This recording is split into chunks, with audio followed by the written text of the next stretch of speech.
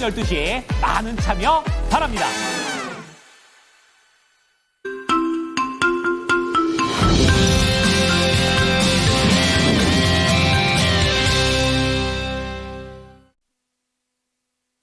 네, 오늘장 봐야 될 이슈들 그리고 관련주까지 묶어서 보는 모닝 스탠바이가 되겠습니다.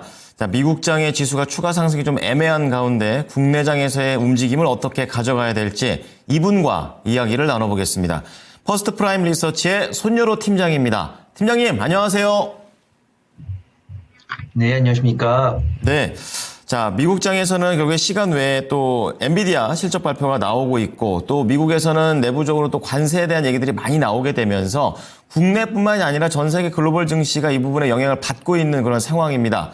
우리 증시는 미국장보다는 약간 선방하는 것 같은데 오늘장 체크포인트 어떻게 가져갈까요?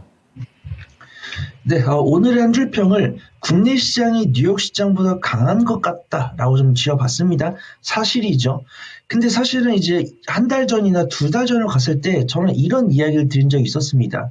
뭐 우리나라 정권이 바뀌었을 때도, 그 다음에 미국에서 정권이 바뀌었을 때도 우리가 1월 효과나 4월 효과 이런 식으로 두는 것처럼 어떤 기대감에 따른 단기적인 차익실현은 나올 수 있다고 판단되고 있고, 트럼프 대통령이 이제 당선이 돼가지고 취임할 때까지도 정말 강한 정책 이야기, 근데 강한 정책을 이야기를 하면서도 밑에 있는 하원이나 상원 같은 경우도 100%다 동의를 할까? 이런 생각이 들었었습니다. 일단 기본적으로 트럼프 대통령의 어떤 성향이라든가 뭐 취향, 성정 이런 것들을 제외하더라도 물론 우리나라 같은 경우도 새로운 뭐 총선을 통해서 새로운 뭐 국회가 나오거나 아니면 대통령이 바뀌었을 때도 그에 따른 정책에 대한 기대감을 상승했다가 실질적으로 취임한 다음에 실질적인 정책을 펼쳤을 때는 단기적인 차익실현 나올 수 있다. 그렇게 판단을 하고 있습니다. 그런 가운데서 이거는 약간 기본적인 시선이고 세부적인 시선 같은 경우는 뭐 우리나라 같은 경우는 비상계엄 이후로 이제 여야가 좀 대립하고 있는 국면 이런 것이 좀 특이한 뉴스이고 미국 같은 경우도 트럼프 대통령이 취임을 해가지고 정책을 지원하겠지만 워낙 좀 색깔이 좀 진한 분이다 보니까 그 다음에 트럼프 대통령이 당선돼서 취임할 때까지는 거의 지지율이 70%가 넘었었는데 지금 한 50% 안팎이다라고 판단되고 있고 트럼프 대통령이 취임을 해가지고 자신이 취임 전에 이야기했던 정책들을 다 진행을 할 때는 요만큼의 국채 발행이 진행이 되는데 국채 발행이 좀 진행이 안 되고 있다든가 아니면은 어떤 좀 법적 리스크 때문에 어떤 트럼프 대통령의 지지율이 약간 좀 떨어지고 약간 지지율이 떨어지다 보니까 이 트럼프 대통령이 진행하려는 관세 정책 이런 것들이 생각보다 우리가 생각했던 것보다 트럼프 대통령 예상대로 밀고 나가기 쉽지 않을 것 같다. 이런 뷰가 나오면서 이제 관세 피해주였던 2차 전지나 완성차 이런 종목들 중에서 반등이 나오는 모습입니다. 오늘은 제가 특징 섹터로 반도체를 준비하지 않았는데 반도체 좀 좋은 모습 보여줄 것 같아요. 그래서 저 역시도 어제 잠들기 전까지 엔비디아의 주가 움직임을 봤었는데 엔비디아 같은 경우는 바닥권에서 움직이고 있다가 한 우리나라 시간으로 새벽 4시부터 반등이 나오더라고요. 한 플러스 4%에서 플러스 5%가량 반등이 나왔고 이만큼 엔비디아에 대한 실적에 대한 투자분들의 기대감이 있었구나. 엔비디아 실적 발표 내용 결과 앞에서 나왔지만 저는 약간 좀 안타깝네요. 원래는 뭐 예상치 대비해서 그래도 20% 30% 이상 실적 퍼포먼스를 보여줬는데 지금 예상치 대비해서 플러스 3.3% 증가했다고 합니다. 그래서 정말 엔비디아를 좋아했던 사람들 중에서는 조금 아쉽다라고 발표했는데 다행히도 뉴욕시장 정규장 마감하기 전까지 반등했고 지금도 시간에서는 약간 단기적인 차익이 나왔지만 플러스권을 유지해주고 있습니다. 근데 일단 정규장 개장하고 열어봐야 될 것 같아요. 그 부분은 엔비디아 같은 경우 지금 $150에서 $120 값 이 박스 안에 있는데 엔비디아의 퍼가 한 36, 7 정도 됩니다. 엔비디아가 정말 시청 퍼포먼스 보여주면서 주가 $140, $150 갔을 때는 거의 뭐 퍼가 80, 90 넘어갔었는데 지금 주가는 그래도 120에서 $150 박스권 내에 있는데 실적이 우상한 기조를 보이다 보니까 엔비디아의 퍼가 많이 떨어졌다. 근데 이거는 제가 생각하는 거죠. 투자분들께서 그렇게 생각 안 할 수도 있으니까 그렇기 때문에 엔비디아 실적 잘 나왔고 퍼가 이만큼 낮지만 정말 국내 반도체에 낙수 효과를 주는지는 정기장 열려봐야 된다 이렇게 판단하고 있고요. 지금 수급 쪽을 봤을 때 개인 투자분들 매수세가 많이 나옵니다. 불과 1주 반, 2주 전까지는 기관, 연기금을 필두로 해서 국내 시장이 저점을 받쳐주는 모습인데 지금 최근 5월 같은 경우는 개인 투자분들의 코스피 코스닥 양시장에 대한 매수세가 들어오고 있습니다. 이거는 저는 제가 제일 좋아하는 베스트적인 상황은 아니지만 그래도 일간 변수가 크기 때문에 매매를 잘하시는 분들께는 도움이 되는 장세다 이렇게 판단을 해요. 그래서 오늘 엔비디아 실적과 아예 테마 섹터는 테마 섹터대로 실적이 나온 섹터대로 수급이 갈리는 모습입니다. 그래서 꾸준하게 저를 비롯해서 모닝스탠바에서 많은 전문가분들께서 이야기를 해주시겠지만 이 전문가분들이 이야기하는 섹터의 성향에 따라서 내가 단기적인 관점을 접근할지 스윙 이상의 관점을 접근할지를 잘 모색을 해가지고 안전한 수익을 가져가 보셨으면 좋겠습니다. 오늘 반도체에 대한 부분들 좀 긍정적으로 내다봐 주시면서 매매에 대한 중요성 그리고 실적이 또 키워드가 될 수 있다는 것도 하나의 포인트로 잡아 주셨습니다. 자, 그러면요 모닝 관심주 첫 번째 키워드로 넘어갈게요. 어디에서 잡으셨습니까? 네, 우크라이나 재건 보도록 하겠습니다. 더 이상 테마가 아니라 약간 실적이 나올 수도 있다라는 그런 생각이 들어서 우크라이나 재건 보도록 하겠습니다. 네, 크게 이제 재건으로 볼 수도 있고 그 세부적인 섹터들도 엄청 나뉘어져 있는 부분이기도 합니다. 이제는 거의 종전 분위기가 나오고 있는 그런 상황인데요. 어떠한 관점에서 지켜볼까요? 네, 그렇습니다. 정확한 첫 삽을 뜨는 시점은 명확하지 않지만 굉장히 그 트럼프 대통령의 성장을 봤을 때는 긍정적인 기대감이 나올 것 같다. 그렇게 판단됩니다.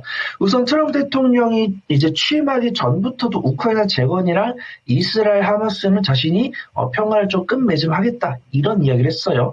그 중에서 됐고 더더군다나 이제 트럼프 대통령은 노벨 평화상을 꼭 얻겠다 이런 관점으로 이제 러시아랑 우크라이나의 종전도 이야기를 하고 있습니다. 그러면서 불협화음도 일부 있었어요. 트럼프 대통령이 이제 러시아랑 우크라이나의 종전을 이끌겠다 이런 이야기를 했었는데 약간 좀 높은 이제 뭐 희토류에 대한 자산의 50%를 달라 아니면은 요 정도 방위비 책정을 안 하면은 이제 우크라이나 미군을 빼겠다 이런 식으로 이야기했었고 그 다음에 러시아랑 우크라이나가 평화 협정을 진행을 하고 있는데 젤렌스키 대통령을 이렇게 좀 배제하고 이야기를 나누는 등 이렇게 좀 불협화음이 있지만 그래도 젤렌스키 대통령이 그 타협을 하면서 광물 협정 같은 경우는 타결됐고 안보 보장 같은 경우도 빠졌다는 뉴스가 나왔지만 새벽간에는 이 안보 보장도 포함이 됐다 이런 뉴스가 나왔습니다.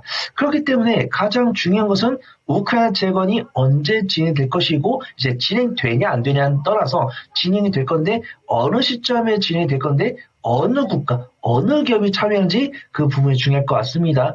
근데 안타깝게도 그 시점을 앞두고 지금 2월과 3월 대략적으로 좀 감사 시즌이죠. 그래서 우크라이나 재건 관련 종목이다라고 쳤을 때 약 15개에서 20개 정도로 볼 수 있는데 그 중에서 만약에 적자가 좀 4개년도 이상 지속됐다던가 아니면 이미 거래 정지된 종목들도 있습니다. 거래 정지된 종목도 있고 투자주의, 환기주의 종목들도 있습니다. 그래서 기본적으로 건설 사업을 영위를 하고 있지만 그렇게 좀 딱지가 붙은 종목들은 좀 배제를 해보시는 게 좋을 것 같고 확실하게 이제 어떤 DYD나 다산 네트워크스나 대동기업 이런 종목들은 확실하게 우크라이나 내부에서 사업을 진행을 하고 있기 때문에 관련 낙수 효과가 있을 수 있다라고 판단되고 있고요. 이 종목들은 이미 어제 시세가 나와 버렸어요.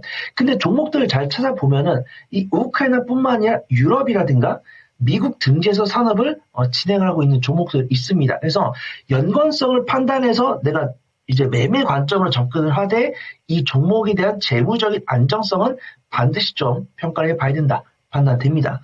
그래서 저는 관심 종목으로 현대 에버다임이랑 진성TC 보려고 합니다. 그래서 내가 만약에 단기적인 관점으로 볼 거다라고 했을 때는 대동기업 보시면 좋을 것 같아요. 대동기업랑 현대 에버다임은 확실하게 우크라이나 라인이죠. 대동기업도 이미 우크라이나에서 산업을 진행을 하고 있고 현대 에버다임 같은 경우도 이미 우크라이나에서 산업을 진행을 하고 있습니다. 건설, 중장비, 유통업을 영위를 하고 있죠. 그러면 이제 우리가 조금 더 시야를 넓힐 수가 있습니다. 이미 우크라이나에서 활동하고 있는 기업들은 그렇다 치고 그러면은 그 우크라이나 주변 유럽이라든가 아니면은 미국에서 그 사업을 진행할 텐데 그럼 그 미국에서 사업을 진행하는 기업들과 낙수 효과를 얻을 기업들도 분명히 좀 찾아야 된다고 합니다. 그래서 저는 진성TC를 보고 있어요.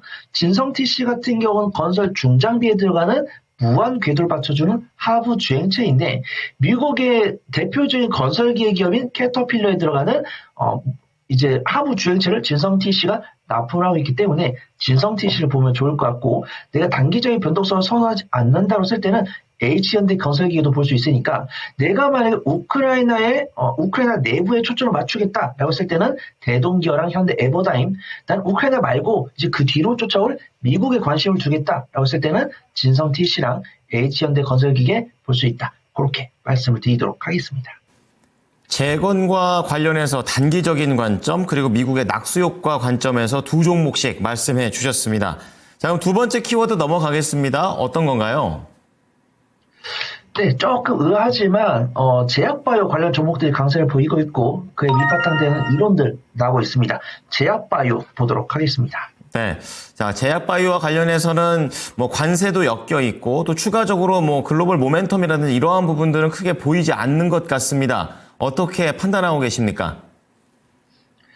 네, 지금 제약바이오 같은 경우는 뚜렷하게 이게 좀 강조가 되고 있지 않고, 어제 같은 경우도 셀트리온이 좀 좋은 모습 보여주었었죠. 그 다음에 우리가 보통 제약바이오를 투자할 때 기준금리 인하 이런 것들을 많이 봅니다. 일단 연준에서는 기준금리가 동결이 됐고, 다음 한 번의 연준 이제 FOMC 정도도 기준금리 동결되지 않을까 그렇게 보고 있는데, 이런 사이에 미국의 국채 선물은 굉장히 하락했죠. 4.6% 기록했다가 현재 4.3%까지 약세를 보인 것으로 판단됩니다. 근데 이 제약바이오 관련 종목들이 일간 변동성을 보여줬던 시점은 저번 주에 첨생법이 개정되면서 세포 치료제에 대한 개발 속도가 빨라진다는 뉴스 첫 번째.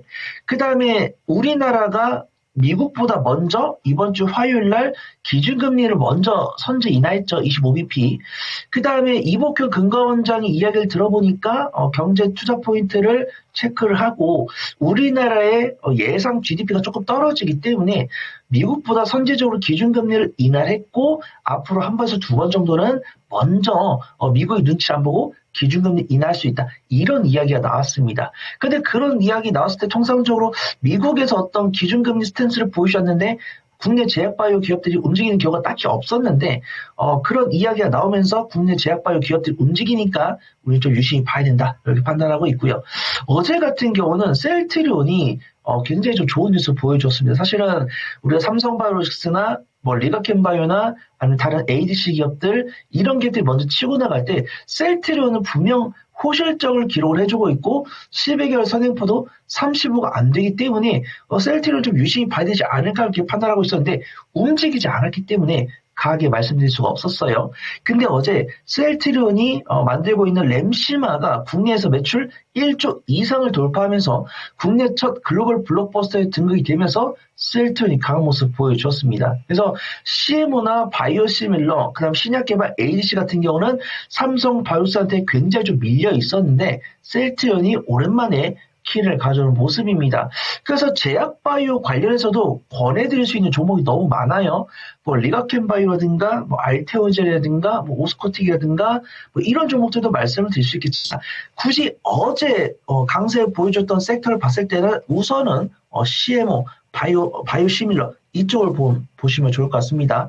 그래서 제가 관심주는 셀트리온과 바이넥스를 좀 말씀을 드리려고 해요.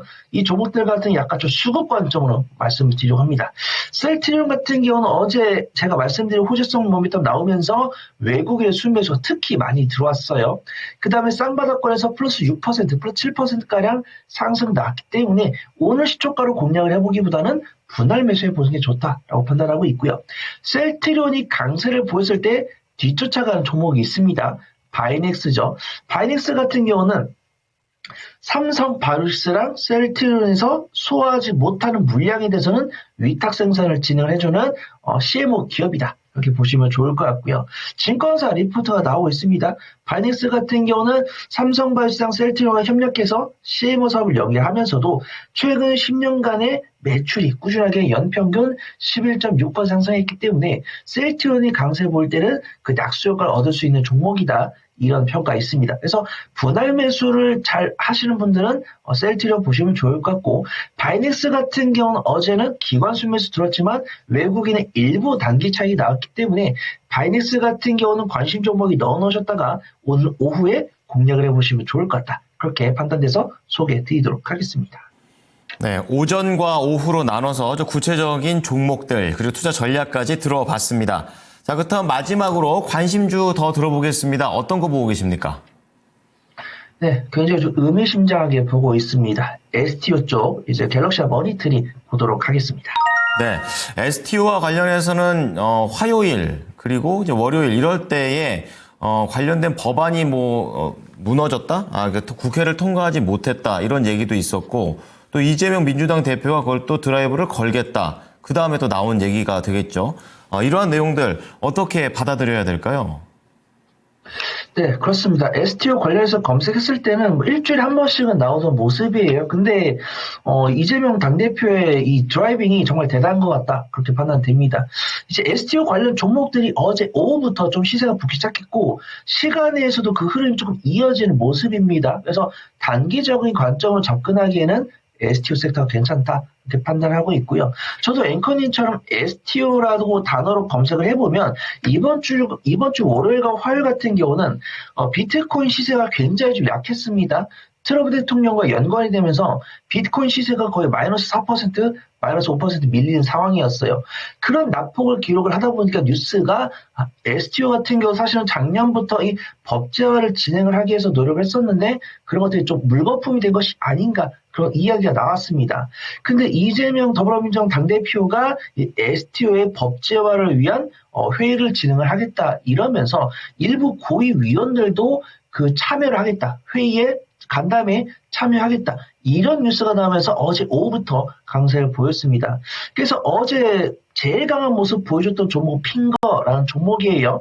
근데 핑거라는 종목도 사실은 기관 수매에서 들어왔었고 갤럭시 같은 경우는 어제 플러스 5%가량 상승을 했는데 특히 수급종에 보니까 외국인과 기관이 강한 수매수가 들어왔습니다. 그래서 증권계통평도 이 STO 상장에 대해서는 1년째 표류가 되어 있지만 이 야당 쪽에서도 강하게 밀어주면서 STO 활성에 대한 젠거름이 좀 기대가 된다. 이런 부분들이 있습니다.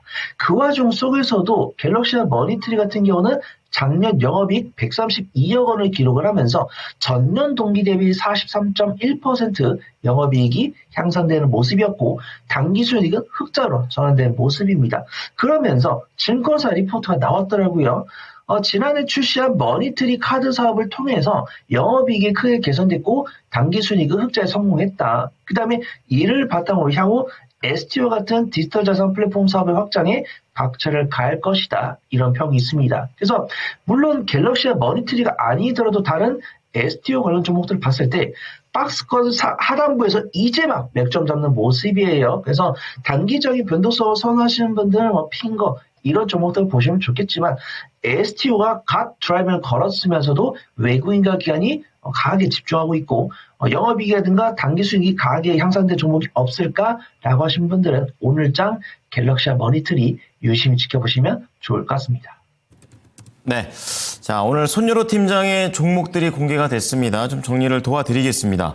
첫 번째는 재건과 관련해서 4가지 종목이나 나왔어요. 단기적인 관점에서는 현대 에버다임, 대동기어, 그리고 미국의 이런 움직임에 따라서 낙수효과를 받을 만한 종목으로는 진성TC, HD, 현대건설기가 포함되어 있습니다. 자, 그런 가운데 제약바이오 쪽에서는 CMO와 바이오 시밀러 쪽을 관심을 가져보자 이렇게 언급을 해주시면서 수급과 분할 매수 전략입니다. 셀트리온 그리고 연결해서 바이넥스까지 2가지 종목입니다. 그리고 마지막으로 최근에 계속 언급이 되고 있는 STO와 관련해가지고는 갤럭시와 머니트리가 메인이긴 하지만 단기적인 관점에서는 핑거라는 종목도 매력 포인트가 있다고 하니 이러한 부분들 함께 체크해 가셨으면 좋겠습니다. 팀장님 오늘 내용들 시장에서 잘 한번 활용해 보겠습니다. 고맙습니다. 감사합니다. 지금까지 투자 판단에 도움이 될 수 있는 정보를 제공해 드렸습니다. 하지만 특정 종목의 상승과 하락을 보장하지는 않으니까요. 이 부분 참고해 주시기 바랍니다. 오늘도 대응 잘 하십시오. 고맙습니다.